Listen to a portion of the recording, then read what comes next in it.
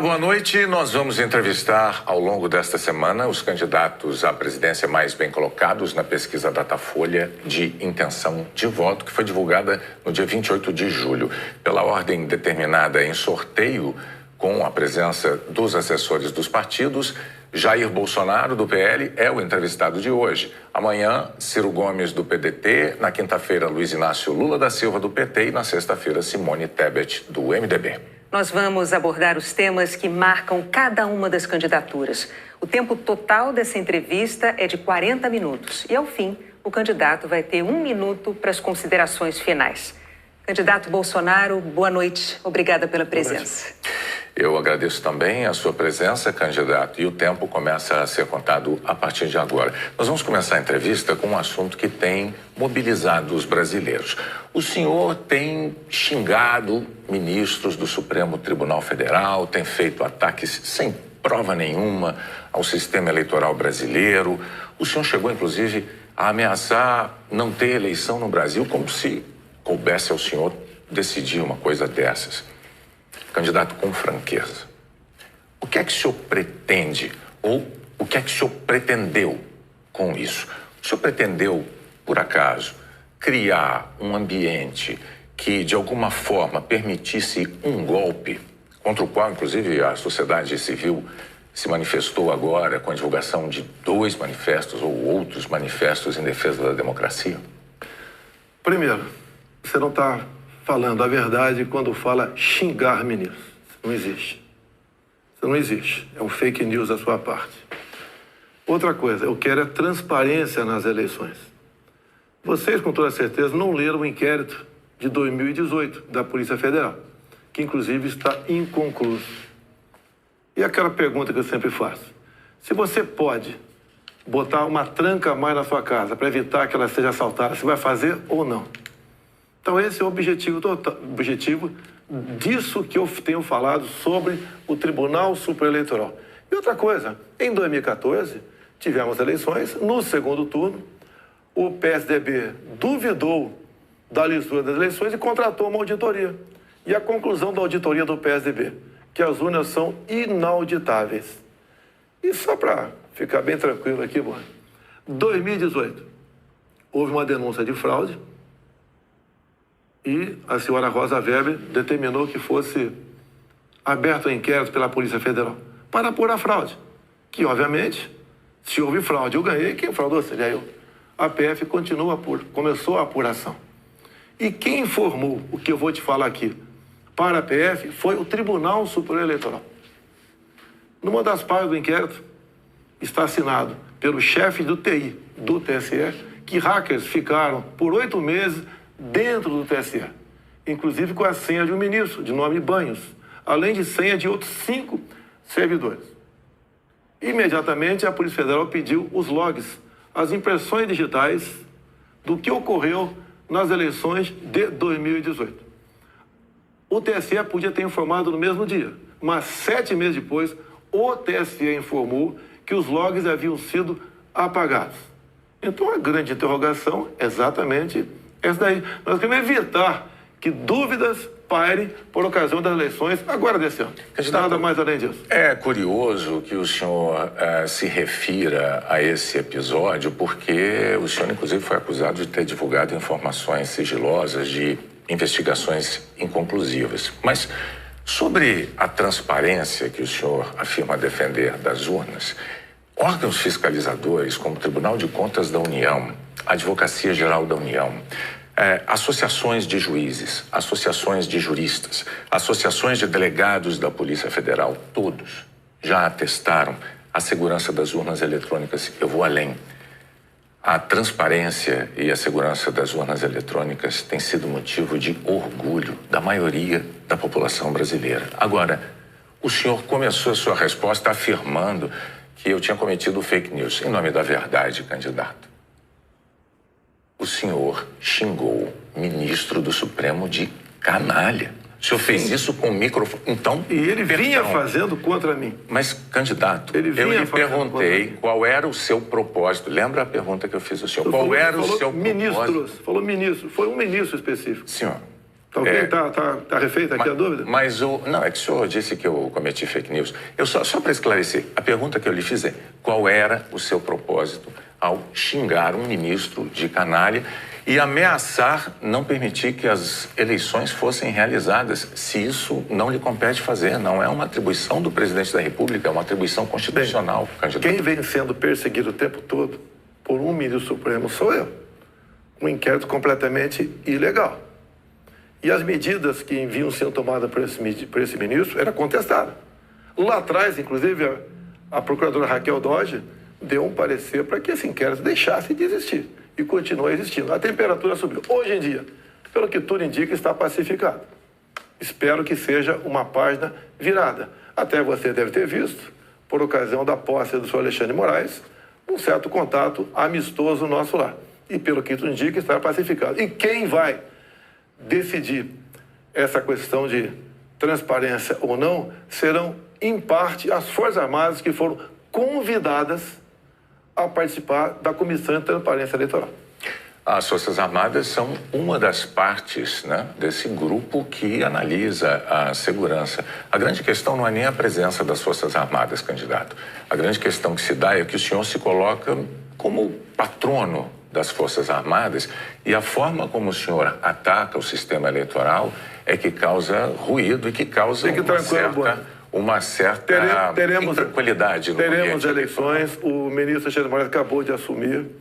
Amanhã ele tem um encontro, pelo que me parece, um encontro com o ministro da Defesa para tratar desse assunto sobre transparência eleitoral. Eu tenho certeza que o ministro Alexandre de Moraes vai conversar e chegar a bom termo essa questão de eleições. Agora, precisei provocar para que chegasse a esse ponto. Pode ter certeza que vão ter eleições limpas e transparência no corrente ano. O senhor costuma dizer que defende a liberdade, mas a impressão que dá quando a gente vê manifestações de apoiadores seus é de que nem todos têm a mesma percepção daquilo que o senhor defende, porque é muito comum vermos apoiadores seus defendendo medidas absolutamente inconstitucionais. Fechamento do Congresso, fechamento do Supremo Tribunal Federal, golpe militar, intervenção militar com Bolsonaro. Essas coisas são ditas. Inclusive tem uma frase que é muito ouvida também nessas manifestações por parte desses grupos que é: eu autorizo.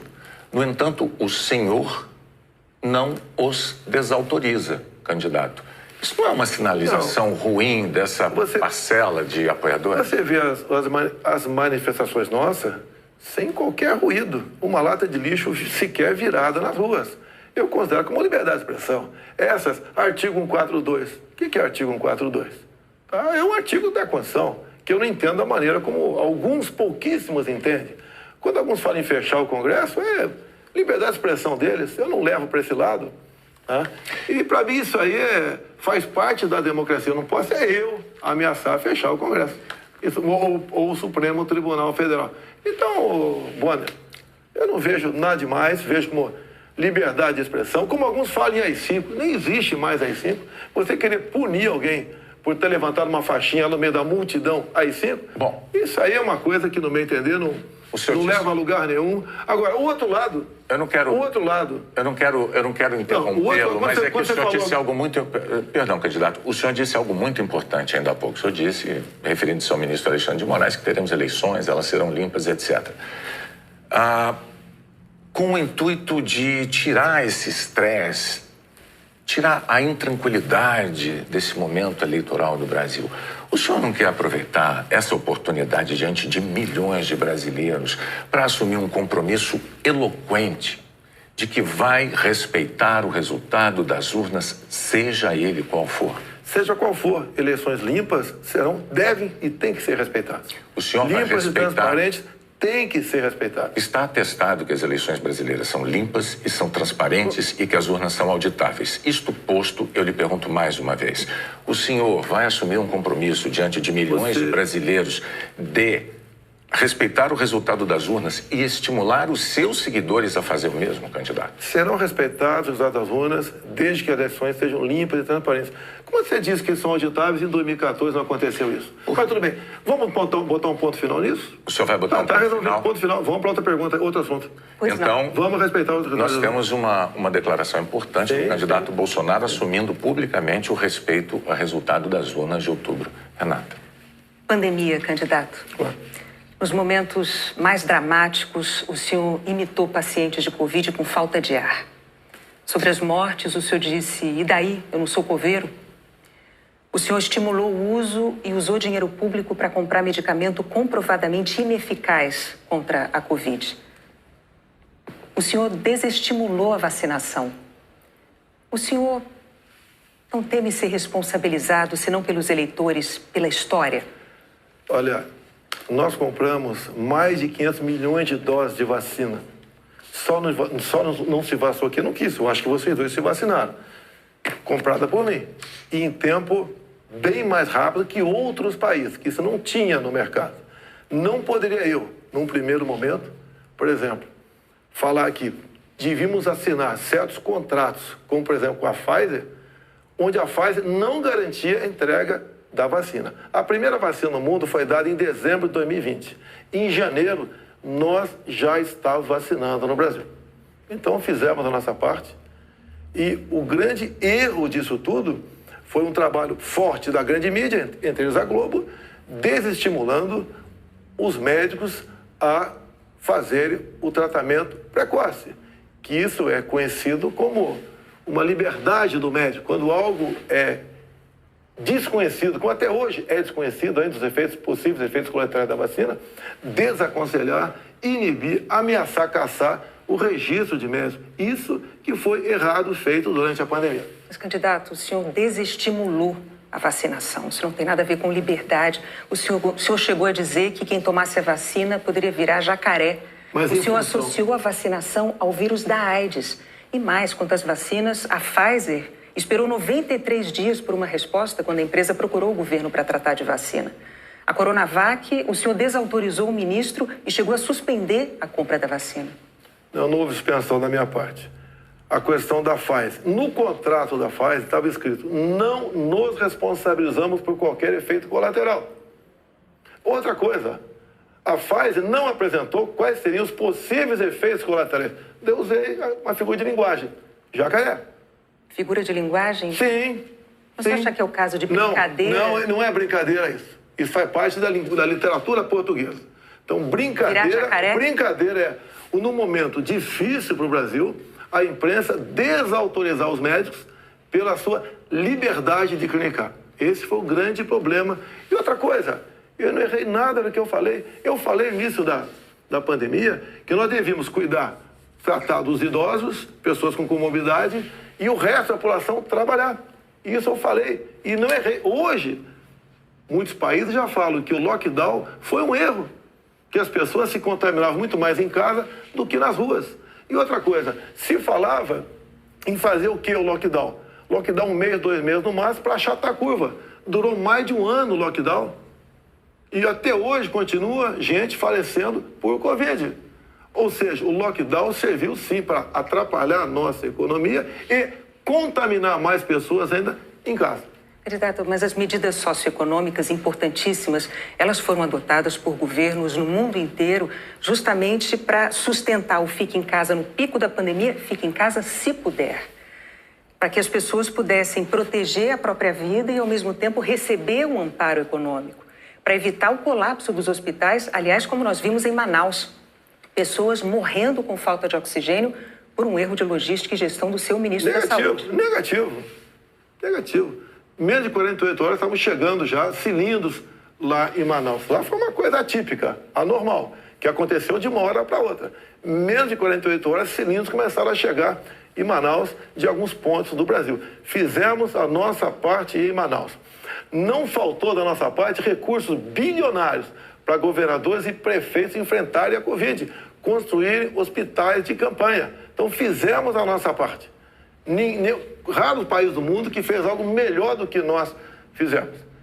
E o resultado, até o OMS reconhece isso daí. Fizemos a nossa parte. O senhor mencionou 48 horas. O fato é que Manaus ficou uma semana, mais de uma semana, 9 dias, sem receber o apoio às pessoas com falta de oxigênio nos hospitais. Não é verdade isso. Agora, não é verdade. Candidato, sobre o seu comportamento, com as frases que eu mencionei, imitando pacientes com falta de ar, muitos viram isso como um sinal de falta de compaixão. Eu queria que você botasse no ar eu imitando falta de ar. Realmente... Mas falta de compaixão... Então você começou a mudar. Desculpe, você começou a mudar, tudo bem. Para eu completar a minha frase, muitos viram isso como uma falta de compaixão, de solidariedade com os doentes, com as vítimas, com os parentes das vítimas. O senhor se arrepende? A solidariedade, eu me manifestei conversando com o povo nas ruas, visitando a periferia de Brasília, vendo pessoas humildes que foram obrigadas a ficar em casa sem ter um só apoio do governador ou prefeito. Isso que aconteceu. E nós fizemos exatamente o quê? Demos o auxílio emergencial imediatamente. 68 milhões de pessoas humildes começaram a receber o auxílio emergencial. Eles estavam condenados a morrer de fome dentro de casa. O senhor não se arrepende das declarações? Ou ir para as ruas fazer o que não queriam. Poderiam ter um caos na rua, caos porque pessoas com fome iam para a rua. Criamos imediatamente o auxílio emergencial. Fizemos a nossa parte. Demos tanto dinheiro para governadores e prefeitos que a gente não tem notícia de eles terem atrasado folha de pagamento ou até mesmo 13º. E quando tivemos a oportunidade de investigar fraudes, aquela CPI do circo feita por Renan Calheiros, Omar Aziz e Randolfo Rodrigues, não quiseram investigar os desvios de recursos enviados para 9 governadores do Nordeste. Fizemos a nossa parte e tratei com muita seriedade essa questão. Agora, não adotei o politicamente correto. Não estimulei. Inclusive, o que eu falei é que quando foi decidido o que era essencial, o trabalho essencial, eu falei, deve ser todo aquele necessário para o homem ou a mulher levar o pão para dentro de casa. A própria MS concordou comigo nessa questão. Então o senhor chama isso de politicamente incorreto? O senhor não se arrepende do seu comportamento, das frases que fez, imitando pessoas com falta de ar, como solidariedade com as famílias que sofreram? Você acabou de falar que eu não imitei falta de ar e voltou a falar em falta de ar novamente. Você voltou a falar em falta de ar novamente. 700 mil mortos. A minha pergunta é muito específica. O senhor se arrepende disso? Lamento as mortes. Não tem que não perder um parente, um amigo. Lamento as mortes. Agora, não poderia ser tratada a Covid da forma como começou a ser tratada. E quando você fala em tratamento precoce, lembre-se que no protocolo do Mandetta tinha o tratamento precoce lá, mas só em casos graves, onde eu não concordei com ele. No início, o protocolo do Mandetta era vá para casa. Quando sentir falta de ar, procura um hospital. Falei, procurar para quê se não tem remédio? E não tinha vacina também naquele momento. Bom, vamos falar de economia? Eu só queria observar, a Renata não retirou observação sobre o fato de o senhor ter imitado pessoas com falta de ar. Ela disse... Não. Ela disse que o senhor imitou gente com falta de ar e que faltou também a solidariedade. Foram as duas coisas. E o senhor não respondeu mas, candidato, o senhor já deixou claro que o senhor acha que mais brasileiros se contaminaram por ficar dentro de casa sem se expor... Não, o senhor disse isso. Nova York mostra isso aí. O senhor disse isso. Então, vamos agora para a economia. Dentro de casa que fora de casa. Vamos para a economia. Vamos para a economia, que é um tema que o senhor também gostaria de abordar certamente. Em 2018, como candidato, o senhor disse assim, numa entrevista: eu sei do que é que o povo precisa. Inflação baixa, taxa de juros menor, dólar menor. Aí veio o seu governo, os juros básicos da economia dobraram, a inflação mais que dobrou, o dólar que estava em R$ 3,90 está em mais de R$ 5,00. É verdade que tudo isso se deu num cenário de pandemia e num cenário também de guerra na Ucrânia. Ocorre que esse cenário não mudou, não é? A pandemia não acabou, infelizmente, e a guerra da Ucrânia é uma realidade ainda. Pergunto, candidato, qual é o seu plano, uma vez reeleito, para cumprir num segundo mandato as promessas que o senhor fez em 2018 para a economia? Primeiro, as promessas foram frustradas pela pandemia, por uma seca enorme que tivemos no ano passado e também pelo conflito da Ucrânia com a Rússia. Se você pegar os dados de hoje, você vê o Brasil como talvez o único país do mundo com uma deflação. Um país onde vai ter uma inflação menor do que, por exemplo, a Inglaterra, menor que os Estados Unidos. Você vê também que a taxa de desemprego tem caído no Brasil. Os números da economia são fantásticos, levando-se em conta o resto do mundo. Nós não podemos... Se fosse apenas o Brasil com esses problemas, eu seria o responsável. O que nós pretendemos fazer? É continuar exatamente na política que estamos fazendo desde 2019. A grande vacina a favor da economia em 2019 foram reformas, como, por exemplo, da Previdência. Foi, por exemplo, a Lei da Liberdade Econômica. Foi a modernização das NRs, das normas regulamentadoras. Milhares de normas nós deixamos de lado, nós revogamos. Então, a grande reforma da economia foi feita, a grande vacina foi feita em 2019, que fez com que nós pudéssemos suportar 2020. Nós pegamos 2020 e 2021 e tivemos um saldo positivo de quase 3 milhões de empregos no Brasil. Diferente de 2014 e 2015, que tivemos uma perda de quase 3 milhões de empregos no Brasil. Isso é sinal do quê? Competência da equipe econômica. Programas, como por exemplo o Pronamp e o BEM, preservaram mais de 10 milhões de empregos no Brasil. O próprio auxílio emergencial, num primeiro momento R$600, fez com que a economia, em especial nos pequenos municípios, o município não colapsasse. Então essas medidas, entre outras, fizeram a gente romper 2020 e 2021. 22, quando veio a guerra agora, problemas nós tivemos. Fui na Rússia negociar fertilizantes com o presidente Putin. Se não tivesse ido, não teria ido fertilizante para a nossa safra agora, desse segundo semestre. Não, isso é importante. Não. Isso garantiu que a segurança alimentar do nosso Brasil e do mundo. Só para concluir, então, num segundo mandato, o senhor daria sequência aos planos que foram estabelecidos e desenvolvidos no primeiro mandato. Bonner, você pode ver, Bonner, nós somos o 7º país mais digitalizado do mundo, tá? Nós fizemos muita coisa no Brasil, atendemos realmente a todas as camadas da sociedade. Só agora, na questão do IPI, a proposta do Paulo Guedes, que está parada no Supremo Tribunal Federal, nós pretendemos diminuir impostos de 4 mil produtos em 35% de IPI. Para o segundo mandato. Não, desse agora. É que a proposta parou no Supremo Tribunal Federal. Estamos há semanas... Agora, senhores, para que a gente possa abordar... Isso começou há 2 meses a redução de IPI, não foi de agora? Para que nós possamos abordar nessa entrevista o maior número de temas, vamos prosseguir, vou falar sobre meio ambiente.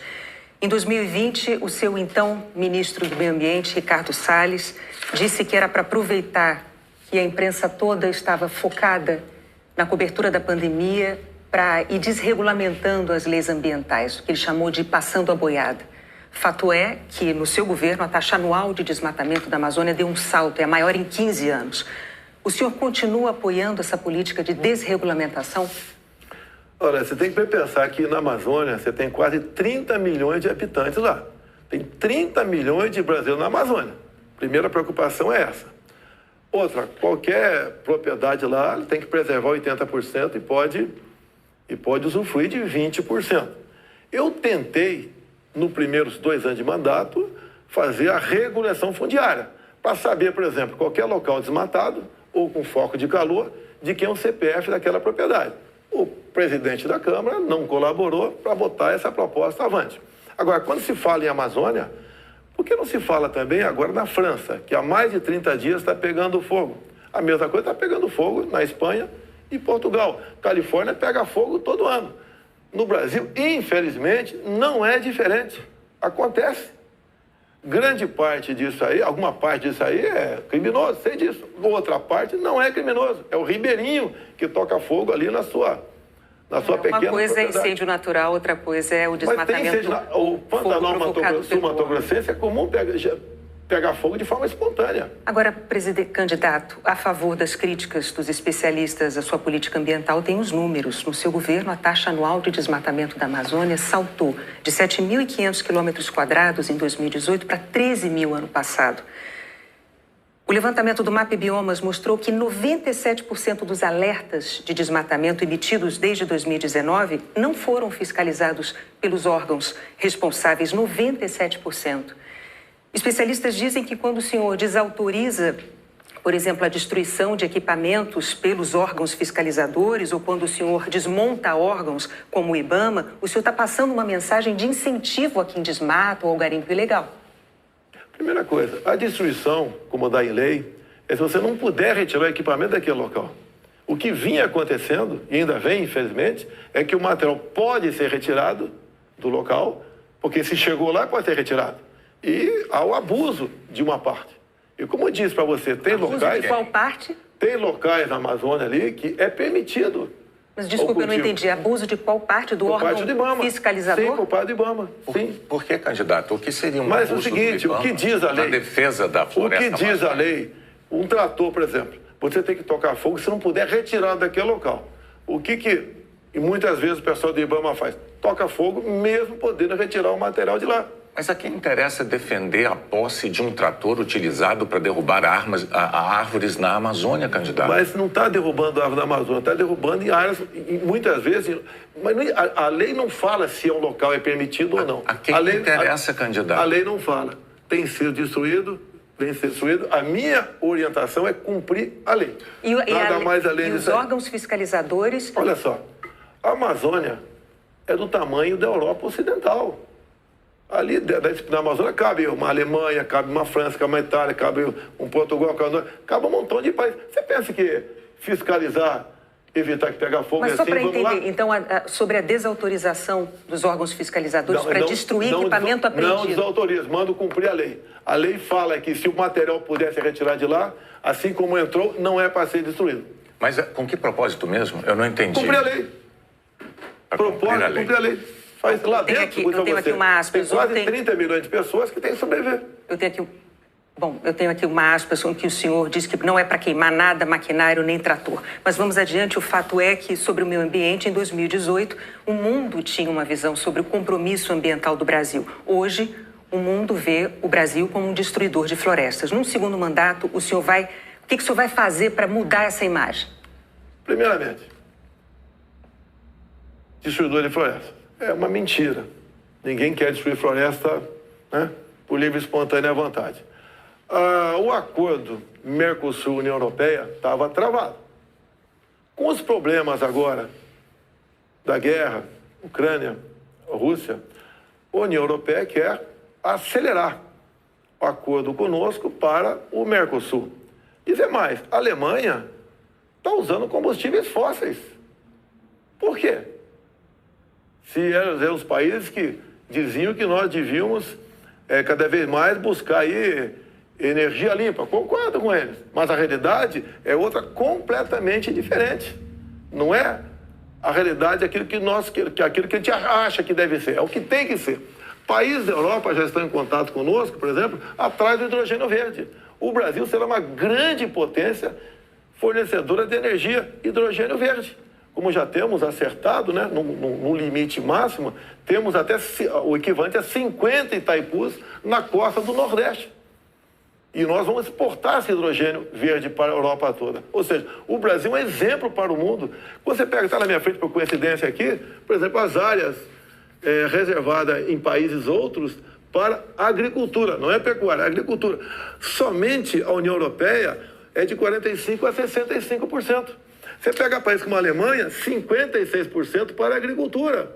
Então, você pega o Reino Unido, 63% para a agricultura. O Brasil preserva 2/3, 66% da sua área verde. O Brasil não merece ser atacado dessa forma. Vamos falar porque, no fundo, há um interesse no agronegócio. É deixar o Brasil de lado. Agora, cada vez mais o mundo vê, uma própria presidente do OMC disse, há 2 meses, 3 meses atrás, disse o quê? Que o mundo, sem o agronegócio do Brasil, passa fome. Ou seja, a realidade está aí. Vamos ver se o Brasil consegue mudar essa imagem. Vamos tentar mudar, sim. Bom, vamos falar de política agora, candidato. Muito importante isso agora. Está também nas atenções por motivos claros. Em 2018, o senhor, candidato à presidência, o senhor se apresentava como o candidato da antipolítica e o candidato contra o Centrão. Na convenção do seu partido, o general Heleno chegou a cantar se gritar, pega Centrão, não fica um, trocando a palavra ladrão por Centrão, etc. Isso ficou muito famoso. Hoje, a verdade é que o Centrão, ele é a base do seu governo. Na semana passada, quando o senhor estava saindo lá do Palácio da Alvorada, inclusive o senhor enfrentou lá um incidente com aquele youtuber que foi cobrar do senhor essa aliança do seu governo com o Centrão. Eu pergunto, por que eleitores como aquele, que se sentem traídos pelo senhor, acreditariam nas suas promessas de agora? Você está me estimulando a ser ditador. Eu, candidato? Você. Porque o Centrão são mais ou menos 300 parlamentares. Se eu deixá-lo de lado, eu vou governar com quem? Não vou governar com o parlamento. Então você está me estimulando a ser um ditador. São 513 deputados. 300 são de partidos de centro, pejorativamente chamados de Centrão. O lado de lá, os 200 que sobram, é o pessoal do PT, PCdoB, PSOL, Rede. Não dá para você conversar com eles. Até eles não teriam número suficiente para aprovar sequer um projeto de lei comum. Então, os partidos de centro fazem parte, grande parte, da base do governo para que nós possamos avançar em reformas, como temos avançado em muitas coisas. Como, por exemplo, através do Centrão, nós conseguimos o Auxílio Brasil de R$600 para 20 milhões de famílias. Dá para imaginar isso? E olha só, os partidos de esquerda votavam contra o parcelamento dos precatórios, que era condição para a gente dar lá atrás R$400 de Auxílio Brasil para esses mais necessitados. Então o PT votou contra o Auxílio Brasil de 400. Não, votou contra a questão dos precatórios. Do parcelamento, que sem parcelamento você não tem como conseguir recurso no orçamento para pagar os 400. Assim como agora o PT também votou contra, tá? Ou melhor, discursou contra os R$600 e votou favorável. A questão política, assim como a questão de poucos meses, para diminuir o preço da gasolina no Brasil, todos os senadores do PT votaram contra a redução de semestre no Senado. Agora vamos lá, candidato. Agora, como é que eu vou trabalhar com o parlamento sem os partidos de centro? Mas a questão, o senhor disse que eu estou estimulando o senhor a ser ditador. Está estimulando, sim. Por favor, candidato. Não, longe de mim, não, eu não estimulei nada. É que a questão é a seguinte. Em 2018, o senhor chegou a dizer, até com propriedade, que governos anteriores tinham feito alianças com o Centrão. Mas o senhor disse criticamente que esses governos anteriores tinham feito nomeações com interesse político partidário e que isso tinha tudo para dar errado. O senhor chegou até a concluir assim: por isso eu não integro o Centrão. Mas recentemente, há dias, o senhor, com muita naturalidade, disse assim: eu sempre fui do Centrão, eu vim do Centrão. Aí eu tenho que perguntar ao candidato, em nome da clareza para os eleitores, em qual dessas duas afirmações o eleitor deve acreditar? O senhor sempre foi do Centrão? Ou o senhor, como disse em 2018, diz: eu nunca fui do Centrão por esse motivo? No meu tempo não era Centrão, não existia Centrão. Como assim? No meu tempo, esses partidos que eu já integrei não eram tidos como partido central. Agora, o importante, Boni, o importante, nós estamos num governo sem corrupção. Eu indiquei ministros pelo critério técnico. Eu não aceitei pressões de lugar nenhum para escalar ministros. Qual governo teria o ministro padrão Tarcísio de Freitas na infraestrutura? Padrão Marcos Pontes na ciência e tecnologia? Padrão a Tereza Cristina na agricultura, padrão Gilson Machado no turismo, uma pessoa desconhecida até chegar no meu governo, padrão Onic Lorenzoni, que eu considero como um coringa meu, padrão Braga Neto, que esteve na defesa, ou seja, padrão Salles, uma pessoa excepcional, padrão atualmente o ministro Juca do meio ambiente. Então essas pessoas que deram um impulsionamento ao governo. Estamos governando com competência e sem corrupção, porque não tem indicação política para esse ministério. Vários ministros, então, aproveitando a deixa, eu vou falar de um tema importantíssimo para o futuro do Brasil, que é a educação. No seu governo, o senhor indicou 5 ministros diferentes. Um deles caiu justamente por um escândalo de ter beneficiado pastores com dinheiro da educação e diz que foi a seu pedido no caso de um dos pastores. Qual é a dificuldade de escolher um bom ministro da educação? Por muitas vezes, depois que a pessoa chega, a gente vê que ela não leva jeito para aquilo. Não foi só da educação. Ele teve acusação. Ele teve morte de prisão. Ele foi preso, inclusive. Agora, conseguiu habeas corpus logo em seguida. Agora, fiquei sabendo depois, né? Que o Ministério Público do DF foi contra a prisão dele. Agora, veja só... Foi contra a prisão dele. Por quê? Não tinha nada contra ele. Se tiver hoje em dia, é outra história. Até aquele momento não tinha nada. A questão de ter 2 pastores, um que está no gabinete dele, qual é o problema? Agora, se ele faz besteira, e se essa pessoa... Agora, nós começamos a investigar o caso Pastores. Não foi a Polícia Federal. Nós começamos a investigar com a CGU. Agora, só na área da educação, o primeiro-ministro escolhido pelo senhor caiu depois de 3 meses porque, por causa de um escândalo, pediu que professores gravassem slogans de campanha seu. O segundo ministro praticamente fugiu do Brasil depois de ter insultado ministros do Supremo. O terceiro ministro nem chegou a assumir porque maquiou o próprio currículo. O quarto ministro envolvido num escândalo de corrupção. Quais são os critérios que o senhor usa para escolher um ministro de uma área tão vital para o futuro do país? As pessoas se revelam quando chegam. Atualmente, eu tenho um excelente ministro da Educação. Acontece, é igual um casamento, muitas vezes. Mas o senhor concorda que essa alta rotatividade prejudica o ideal era não ter vários... O ideal era não ter rotatividade nenhuma, mas acontece. Outros ministros foram trocados também. Bom, por vários motivos. Agora, depois desse escândalo do MEC... Que escândalo do MEC, Bonner? A saída do ministro... Mas a saída é escândalo, MEC? Não é escandaloso, candidato. Sim. Um ministro destinar dinheiro da educação para 2 pastores, dizendo que o presidente da República indicou um deles... Cadê o duto cadê o duto do dinheiro vazando ali? Cadê o dinheiro? Candidato, não sabemos. Cadê o dinheiro aparecer? Você não sabe? E está me acusando? Não, está acusando o Milton por isso? O senhor tem todo o direito de achar que não foi um escândalo. Nós vamos adiante.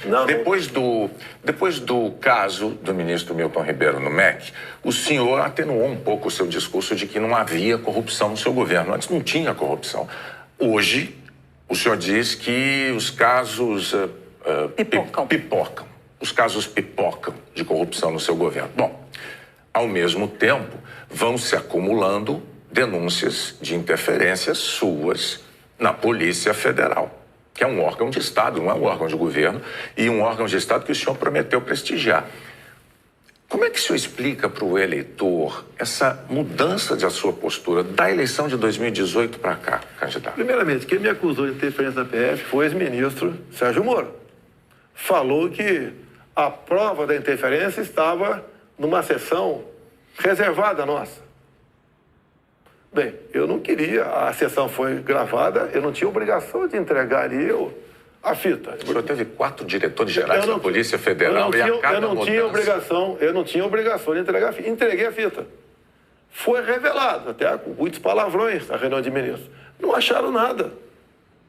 O que acontece? Eu, quando entrego o ministério para alguém, eu dou o ministério para aquela pessoa agir. Tá? A Polícia Federal, com a saída do Sérgio Moro, melhorou e muito na apreensão de drogas, na apreensão de numerários, tá? Em operações, melhorou muito. Em armamento, melhorou. E as pessoas vão mudando. Por exemplo, quando o André Mendonça saiu, porque ele foi para o Supremo Tribunal Federal, eu não considero uma saída da parte dele. Atualmente, temos um delegado da Polícia Federal à frente do Ministério da Justiça. Agora, ninguém comanda a PF, Bonner. Se pudesse comandar, o Lula teria comandado, a Dilma, o Temer, seja lá quem for. Ninguém consegue comandar a Polícia dessa forma, como você está falando aí. É que a Associação dos Delegados da Polícia Federal divulgou recentemente um documento com críticas, né? Eles afirmaram que o senhor e a sua equipe de governo trouxeram desgaste, eu estou lendo aqui os termos dele, trouxeram desgaste à imagem da instituição Polícia Federal e também prejuízos para os policiais federais. E que falas suas, candidato, jogaram desconfianças sobre a autonomia e sobre a imparcialidade da Polícia Federal, que goza de autonomia já há alguns anos, como ninguém poderia negar. Qual é a sua posição, então, diante de um documento com uma queixa, uma acusação como essa da Associação Nacional dos Delegados? Então, primeiro, acabar de confirmar que não tem interferência, que gosta de autonomia. Outra coisa, peraí, eles acabaram de mostrar para mim que não tem interferência, gosta de autonomia. Eles dizem que o senhor jogou, as suas palavras jogaram desconfianças sobre a autonomia da PF, candidato. Não. Acabaram de falar que eu estou certo, não tem interferência lá. Contrário. Outra coisa, eles queriam uma reestruturação de carreira agora. Eu achei até justo. Mas outras categorias não concordavam com isso, sem serem beneficiadas também. E daí começou um movimento por parte de alguns delegados da PF, contrário à minha posição, que deságua numa nota como essa daí. Eu queria, inclusive, reestruturar a Polícia Rodoviária Federal, que era bem mais fácil, menos onerosa. Os delegados, essa mesma associação, não topou fazer isso aí. Então, aí está uma briga política, salarial, por trás disso. Candidato, o senhor agora tem 1 minuto para suas declarações finais. Tá. Pois é, passou rápido. Eu queria ficar algumas horas com vocês aí. Tá? Quando o senhor começar, a gente começa a contar o tempo. Vamos lá. O que eu tenho a falar para a população brasileira? Peguei o Brasil numa situação crítica, na questão ética, moral e econômica. Começamos a trabalhar, tá? Fizemos muitas reformas em 2019. Infelizmente tivemos a Covid, depois tivemos a guerra lá fora, tá? Tivemos uma seca enorme. E nós fizemos tudo o possível para que a população brasileira sofresse o menos possível. Isso nós fizemos.